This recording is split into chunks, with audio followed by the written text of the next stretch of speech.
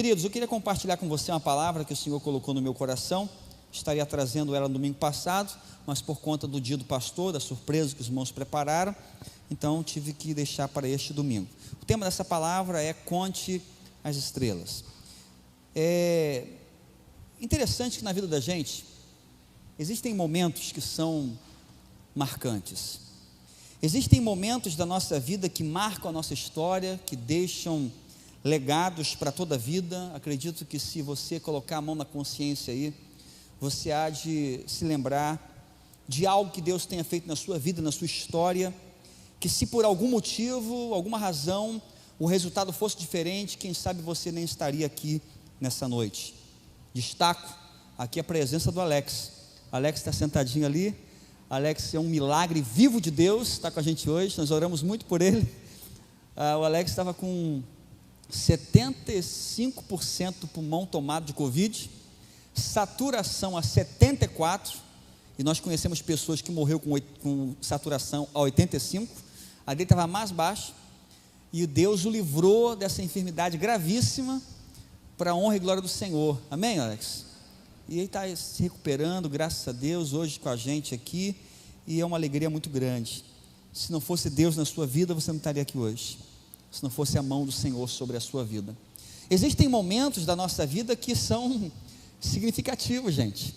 Existem intervenções de Deus na nossa história, que marcam, que definem a nossa trajetória. Quem sabe um livramento recebido da parte do Senhor, uma resposta extraordinária de oração, um milagre, eu não sei, mas eu quero levar você a pensar nessa noite nas intervenções de Deus na nossa vida, que ressignificam a nossa trajetória, que conferem uma nova direção, que realinham todos os nossos passos. Na minha vida eu tenho um milagre para contar. Na minha vida, na verdade, são muitos milagres, mas tem um milagre que ele é muito importante, porque se não fosse por ele, eu não estaria aqui nessa noite, nem teria experimentado todos os outros que vivi posteriormente. É interessante que esse milagre a verdade é que eu não vi esse milagre. A verdade é que eu não ouvi esse milagre, mas eu vivi esse milagre. E vou contar para você rapidamente. A minha mãe, quando estava grávida de mim, essas informações eu tenho, porque ela passou para mim, gente, que eu não sabia, tá? A minha mãe estava grávida, 5 meses, tinha feito todos os pré-natais, todo o procedimento certinho, e com 5 meses ela foi ao hospital, e chegando lá, imagina, gente, o primeiro filho, né? A mamãe esperando o primeiro filho, é aquela expectativa, não é, mamãe? Aquela expectativa, aquela ansiedade. O primeiro filho, tudo é novo, é uma novidade, os preparativos, o quarto, as roupinhas, todo um encanto, né? E minha mãe estava exatamente vivendo esse momento, e os 5 meses, foi no médico, e chegando no médico, ela foi surpreendida com um diagnóstico, com uma palavra diferente. Ela, depois de tudo isso, passou por alguns exames, e o médico disse que ela não estava grávida, que ela tinha um cisto no ovário, e por isso não poderia se esperar muito, não poderia se esperar mais, precisaria se retirar aquele cisto, senão poderia comprometer a sua própria vida. Tenta imaginar, gente, a cabeça dessa mulher. Tenta imaginar expectativas, sonhos, ideias, preparação, e tudo isso sendo preparado na sua cabeça, tudo isso sendo imaginado, e todas essas expectativas de uma hora para outra vão ao chão, são arruinadas, através de um simples diagnóstico médico. Todas as esperanças foram para o chão. O problema, irmãos, que não ficou só nisso. A minha mãe foi levada para o centro cirúrgico, foi feito todo o ato preparatório para a cirurgia, tudo que tinha que se fazer para fazer a cirurgia foi preparado na minha mãe, grávida de 5 meses, e de acordo com o médico, lá havia um cisto. Foi preparado, tudo pronto, tudo ali encaminhado, e o nervosismo, o pânico tomado no coração, e chega ali uma enfermeira, sempre tem a história de uma enfermeira cheia do Espírito Santo, né? E chega uma enfermeira, e o nome dessa enfermeira eu sei até hoje, porque nós tive o privilégio de conhecê-la. O nome dela era Isa Eurico, mãe do nosso amigo vereador Zezinho, da Regina Eurico, uma serva do Senhor, que chegou ao ouvido da minha mãe e cantou uma canção antiga que dizia assim: Deus tem um plano para cada criatura. Eu não sei se você conhece essa música, mas é uma música muito antiga. Deus tem um plano para cada criatura. E assim foi cantando ao ouvido da minha mãe. Minha mãe foi levada para o centro cirúrgico, toda a equipe médica se preparou, e quando chegou o momento de fazer ali a cirurgia para a extração do cisto, eles optaram em esperar mais um pouquinho, porque estava chegando um médico especialista do Rio, que não fazia plantão aquele dia, mas por algum motivo ligou e disse que iria aquele dia para lá fazer o plantão, e como se fosse uma coisa muito bem arranjada pelo Espírito Santo de Deus, ele chegou alguns minutos depois, e chegou lá, verificou, fez todo o reexame, e então orientou e disse assim: olha, não é necessário fazer a cirurgia agora, vamos esperar, já tem 5 meses, vamos esperar cumprir todo o prazo, e depois se faz a cirurgia, para ver de fato o que é, e tirar então esse cisto do ovário. E assim foi a minha história. Boa noite, meu nome é Cisto, eu sou o cisto em pessoa. Mas eu queria que você parasse para pensar que em alguns minutos poderiam ter decretado o fim da minha história. Alguns minutos poderiam ter decretado o fim da minha existência. Se não fosse a mão de Deus, se fosse a intervenção de Deus naquele momento, certamente não estaria aqui hoje, nem teria vivido os outros milagres que já disse para vocês. Mas Deus tinha um plano, e Deus tem um plano para cada criatura. Teve um plano para mim e me poupou. Glória ao nome do Senhor. E quero dizer uma coisa para você muito importante: Ele também tem um plano para você. Ele também tem um plano para você. E é justamente nessa direção que eu queria que você pensasse essa noite, que Deus tem um plano, Deus tem um propósito, Deus tem promessa para a sua vida. Existem momentos, irmãos, da nossa vida em que os planos de Deus e a nossa história se cruzam e ressignificam toda a nossa história, modificam e realinham a nossa caminhada. Eu quero contar para vocês uma outra história. Nesse momento, a história de um personagem bíblico que está registrado no livro de Gênesis, no capítulo 15, do versículo 1 ao 5, lerei aqui na minha versão. Diz assim a Escritura Sagrada: depois dessas coisas, o Senhor falou a Abraão numa visão: não tenha medo, Abraão, eu sou o seu escudo, grande será a sua recompensa. Mas Abraão perguntou: ó soberano Senhor, que me darás, se continuo sem filhos, e o herdeiro do que possuo é Eliezer de Damasco? E acrescentou: tu não me deste filho algum, um servo da minha casa será o meu herdeiro. Então o Senhor deu-lhe a seguinte resposta: seu herdeiro não será esse, um filho gerado por você mesmo será o seu herdeiro.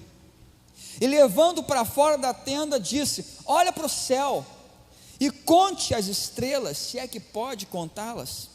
E prosseguiu: assim será a sua descendência. Abraão foi um homem escolhido por Deus.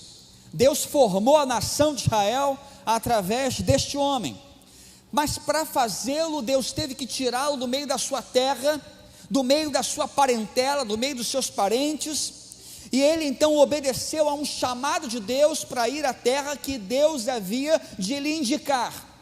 Ele larga tudo para trás, ele deixa todas as suas convicções, todas as suas certezas, e vai na direção da promessa do Senhor, vai na direção do propósito de Deus. Deixou para trás tudo aquilo que lhe era seguro para abraçar uma promessa de Deus.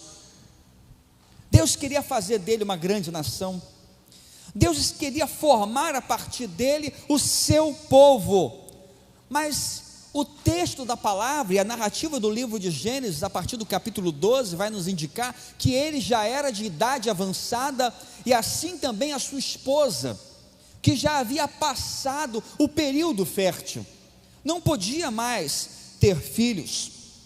Ou seja, era um homem idoso, era um homem cheio de limitações, e Deus havia prometido, através deles, fazer uma grande nação.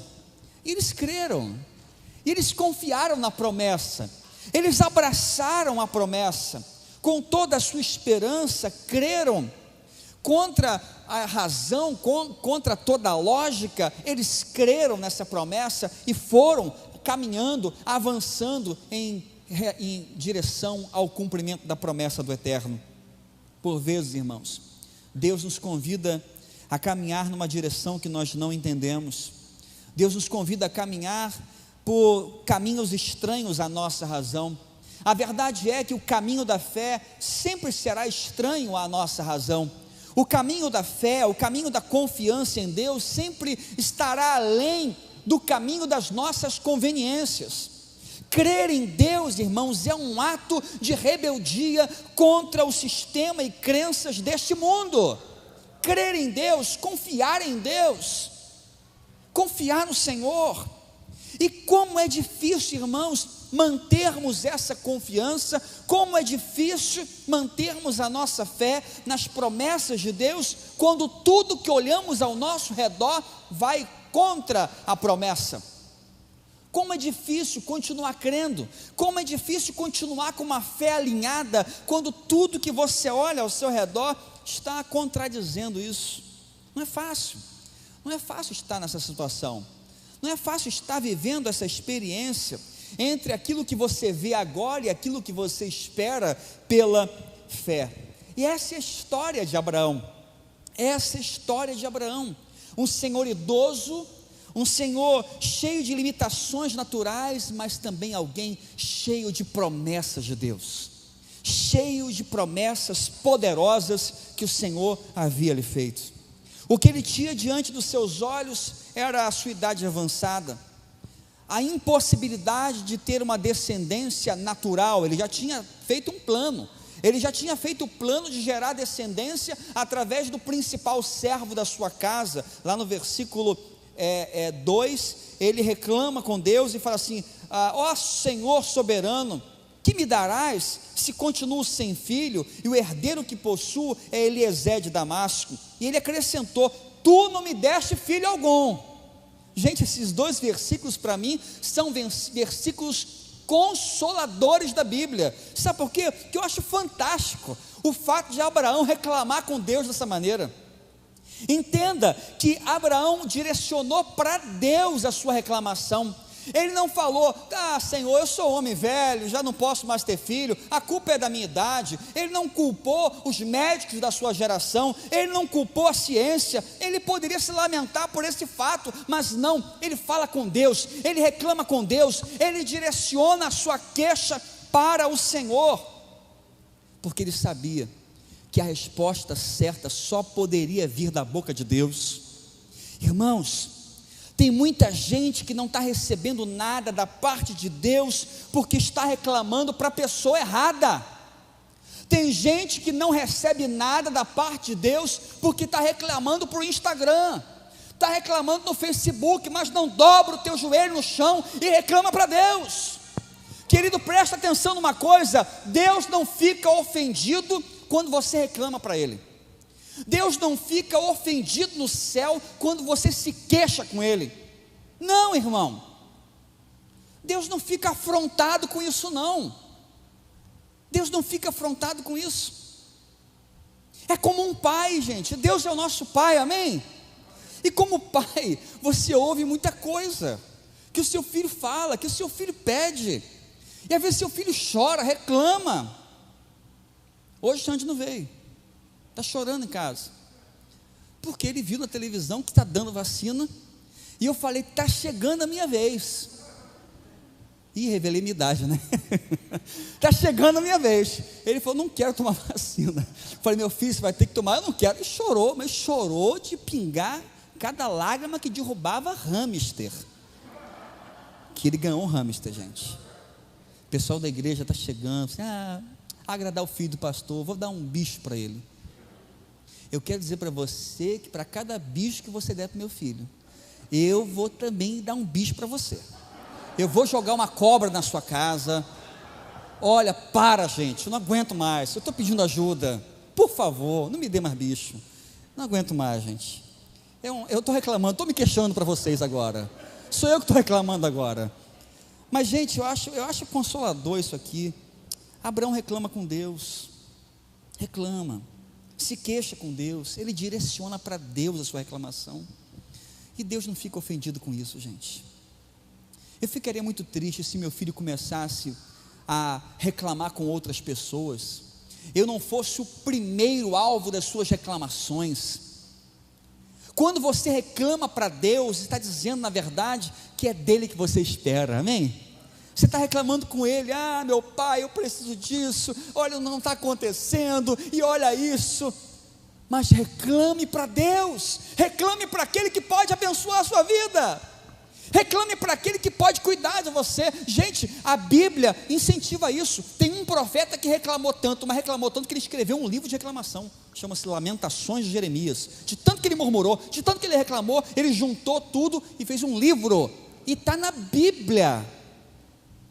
Reclame mais, reclame com Deus, fala com Deus, fale com Ele, porque Ele é aquele que pode resolver todas as suas pendências. Então, gente, Deus não tem problema com isso, tá? Fica guardado no seu coração essa doutrina. Deus não tem problema com as suas crises de fé, Deus não tem problema com as suas neuroses. Fala para Deus mesmo. Olha, eu estou dizendo para você, coloca o teu joelho no chão, contra a sua vontade, e fala assim, Deus, estou aqui orando, mas vou dizer para você, eu estou muito chateado contigo, por causa disso, daquilo. Olha, no meu coração, Deus, até a dúvida está chegando aqui dentro, hein? Fala para Ele isso. Isso é maravilhoso, gente. Você não tem noção de como isso pode ser libertador para a sua vida. Deus não tem menor dificuldade em ouvir a sua queixa, em ouvir a sua reclamação. A Bíblia fala em 1 Pedro capítulo 5, versículo 7, lancem sobre Ele toda a sua ansiedade, porque Ele tem cuidado de vocês. Lança sobre Ele, coloca sobre Deus. Filipenses capítulo 4, versículo 6, não andem ansiosos por coisa alguma, antes, em tudo, pela oração e súplica e com ação de graças, apresentem seus pedidos / reclamação para Deus. Fala com Ele, não fica ansioso não, vai lá e ora e fala, Senhor, isso. Então a pergunta que se faz é a seguinte: o que fazer, pastor, em momentos assim? O que fazer em momentos onde nós esperamos algo de Deus, mas a nossa realidade é outra? E veja então o que Deus disse para Abraão. Qual foi a resposta do Senhor? Versículo 5 do texto que lemos. Então conduziu até a fora da sua tenda e disse, olha para os céus e conta as estrelas, se é que você pode, e assim será a sua posteridade. Gente, Deus chama aqui Abraão a dois posicionamentos. Primeiro, o Senhor chama Abraão para fora da tenda. Deus pediu para Abraão sair da sua tenda. O que havia naquela tenda? A tenda para Abraão, que era um nômade, era a sua casa. A tenda para um nômade é um lugar simples, um lugar rústico, pouco espaço, mas representava a sua condição, representava muito daquilo que tinha valor, estava dentro daquela humilde tenda de um nômade. E eu fico imaginando na minha cabeça que dentro daquela tenda, Abraão deve ter imaginado como seria ter um filho. Como é que ele faria para colocar, ajeitar o berço da criança ali, preparar todo o ambiente para receber aquela criança. Quem sabe Abraão, dentro daquela tenda, começou a fazer conta de idade, coisa que pai faz, fica contando assim, quando meu filho tiver 10 anos, eu vou ter quantos? Quando meu filho tiver 20 anos, eu vou ter quanto? E ele ficou pensando, gente, será que vai dar tempo? Pela minha idade avançada, será que eu vou conseguir ver esse menino crescer? Será que eu vou conseguir ver então esse menino se casar? Será que eu vou ter condição de acompanhar?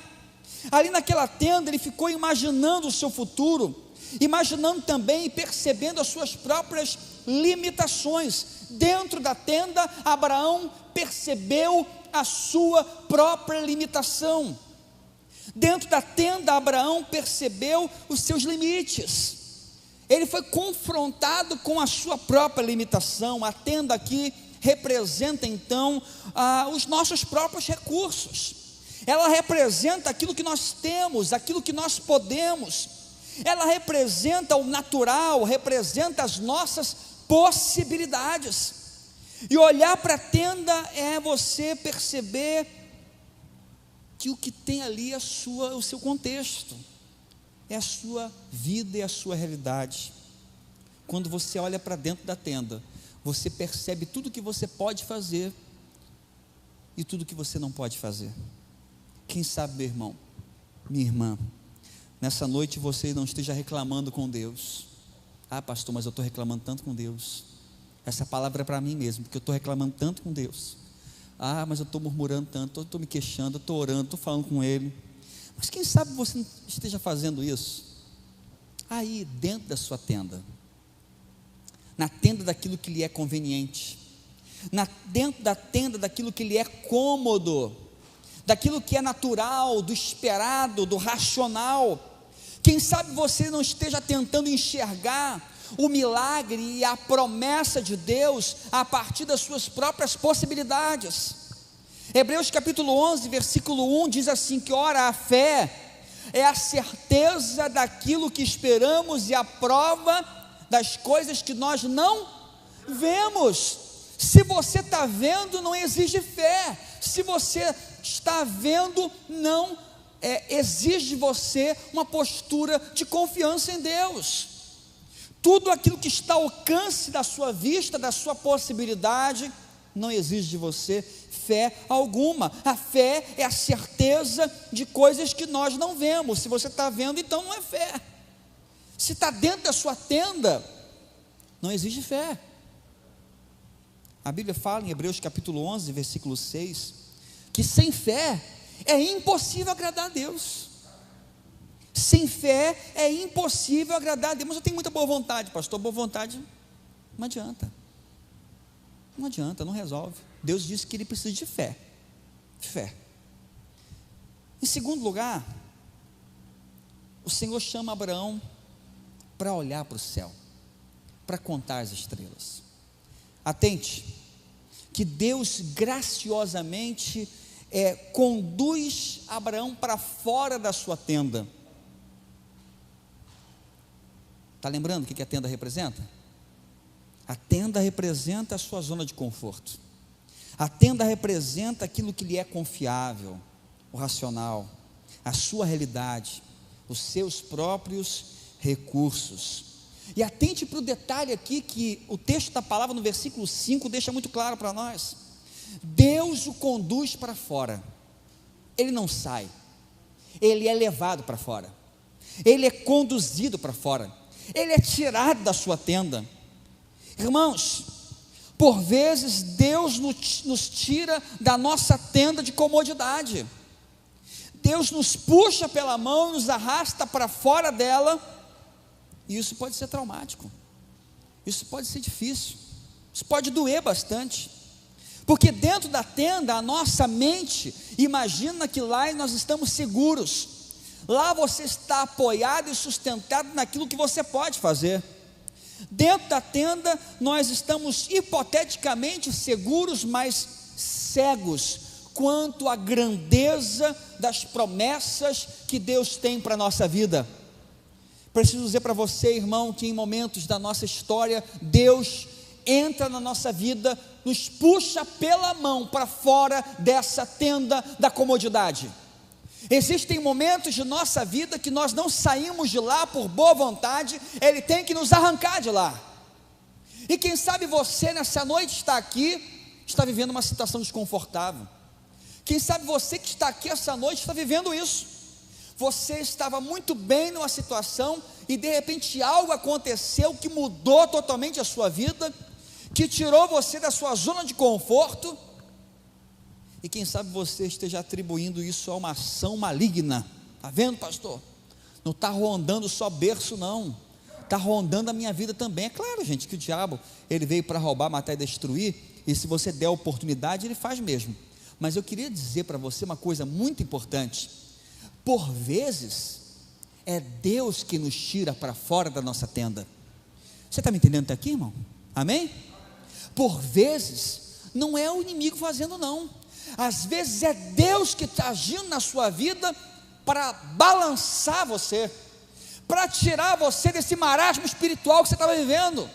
Irmãos, eu não sei como você tem observado esses dias que nós estamos vivendo, mas uma coisa eu garanto para você: tudo que está acontecendo nesse tempo, eu vejo a mão do Senhor.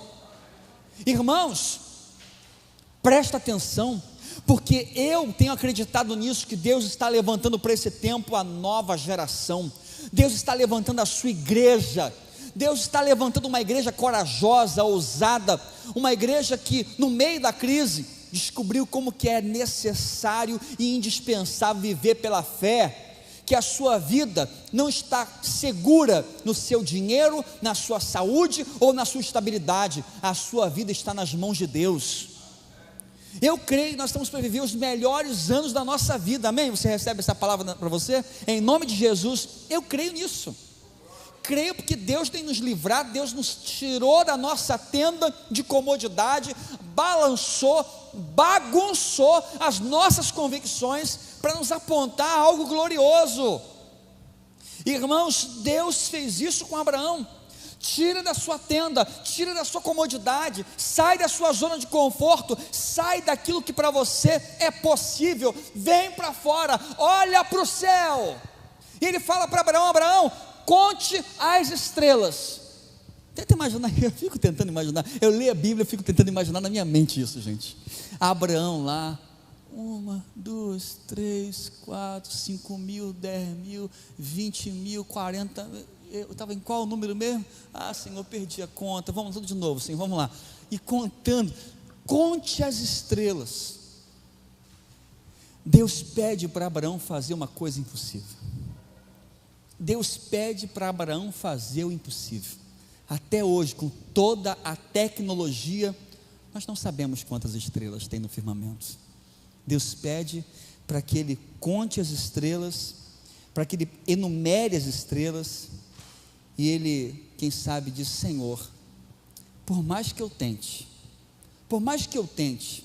são mais, estão além da minha conta, são incontáveis.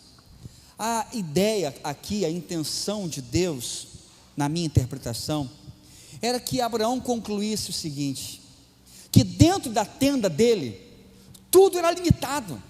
Dentro da tenda dele, ele era impactado pela sua própria limitação.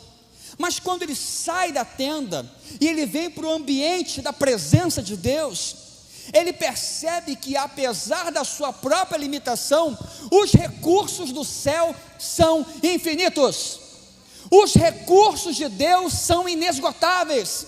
As promessas que Deus tem são incríveis, extraordinárias. Deus chama Abraão, Deus tira Abraão da zona de conforto, da comodidade, da sua própria limitação, para olhar e perceber a grandeza do poder de Deus, para olhar e perceber que os recursos de Deus são infinitos, Irmão, preste atenção, em nome de Jesus, Deus pode. Quem sabe você entrou aqui hoje assim, hein? Quem sabe essa foi a grande indagação que está no seu coração. Pastor, lá na minha casa, esse problema que eu estou vivendo, já tentei isso, já tentei aquilo outro, já tentei todos os recursos que tinham dentro da minha tenda. Será que Deus pode dar jeito nessa situação? Deus pode. Deus pode. Não há limite para Deus, irmãos. Não há limite para Deus. Não há nada que Deus não possa fazer. Nosso Deus é o Deus dos impossíveis, amém? É o Deus do impossível.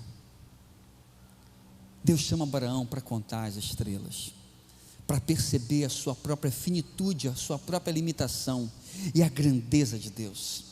Isaías 55, versículo 9, declara: assim como os céus são mais altos do que a terra, assim também são os meus caminhos mais altos que os seus caminhos, e os meus pensamentos mais altos que os seus pensamentos. Querido, tudo que você pensou, tudo que você imaginou, toda boa estratégia que você criou, não chega perto do que Deus tem preparado para a sua vida. Você não tem noção do que Deus tem preparado para você. Tem promessa de Deus para a sua vida, tem promessa de Deus para a sua história, tem promessa de Deus para o seu casamento, para a vida dos seus filhos, para a sua vida financeira, para a sua saúde. Tem promessa de Deus. Qual será a sua decisão hoje? Você pode decidir ficar dentro da sua tenda, a tenda do natural, a tenda do racional, a tenda daquilo que lhe é possível, quem sabe choramingando e murmurando por aquilo que lhe falta. Ou você pode decidir sair para o profético, sair da tenda, olhar para o céu e perceber que as promessas que Deus tem para a sua vida são extraordinárias, e creia, nenhuma delas vai cair por terra. A Bíblia fala: os céus e a terra passarão, mas as minhas palavras não passarão. Toda boa promessa de Deus vai se cumprir. Ele é fiel, Ele não falha. Filipenses capítulo 4, versículo 19: e o meu Deus, segundo a riqueza da sua glória, há de suprir em Cristo Jesus cada uma das suas necessidades. Deus sabe o que está no teu coração. Deus conhece o teu coração. Deus conhece o teu coração. Eu quero desafiar você nessa noite a sair da sua tenda, a olhar para o céu, e desafio você de coração mesmo, sabe? Eu não sei se hoje você vai conseguir fazer isso, mas amanhã, depois, quando você olhar para o céu e ver as estrelas do céu, eu queria que você pensasse nessa palavra, lembrasse dessa palavra: Deus tem promessa para a minha vida. Deus tem promessa para a minha vida. Tem alguma promessa que Deus lhe fez? Deus já lhe fez alguma promessa? E você está nessa esperança do cumprimento da promessa? Amém? Amém? Deus tem promessa para a sua vida. Em nome de Jesus, não abra mão da promessa. Creia nela, aguarde por ela, renove a sua esperança, guarde do Senhor. Eu quero convidar você a se colocar de pé nessa hora. Nós vamos louvar o Senhor. Quero desafiar você hoje a confiar nessa promessa do Senhor. Deus tem promessa para a sua vida, planos de paz e não de mal, diz o Senhor. Querido, nessa noite o Senhor trouxe você aqui hoje para renovar a sua esperança, para fazer você acordar amanhã com um brilho nos olhos, brilho nos olhos, esperando viver dias extraordinários. Não seja como aqueles que acordam para contar as tragédias. Você não vai ganhar nada com isso, você não vai acrescentar nada. Posso falar uma coisa para você? No mundo há muitas outras tragédias que não estão sendo contabilizadas. O problema é quando você escolhe colocá-la diante dos seus olhos. Olha, irmão, se existe uma coisa que eu quero desejar para você hoje, é que você acorde amanhã com outra mentalidade, com a mentalidade da fé, crendo, esperando coisas grandiosas de Deus. Amém? Como é ruim você viver sem esperança, e como é ruim você viver sem uma promessa. Sem uma promessa. Eu preparei uma surpresa para você hoje. Se você não tem nenhuma promessa, eu quero deixar uma promessa para você. Aí na sua cadeira aí, na frente dela você vê um negócio que coloca oferta, já viu? Eu queria que você procurasse aí, tem um envelopezinho branco. Procura que tem. Se não tiver aí, você me fala, levanta a mão. Se não tiver, procura, tem um papelzinho branco, um envelopezinho branco. Eu coloquei para você aí. Abra esse envelopezinho. Tem uma promessa para a sua vida. Não sei quem sentou, onde você sentou. São todas diferentes. Mas tem promessa para a sua vida aí. Amém? Pega a sua promessa, irmão, e viva tudo que Deus tem para você.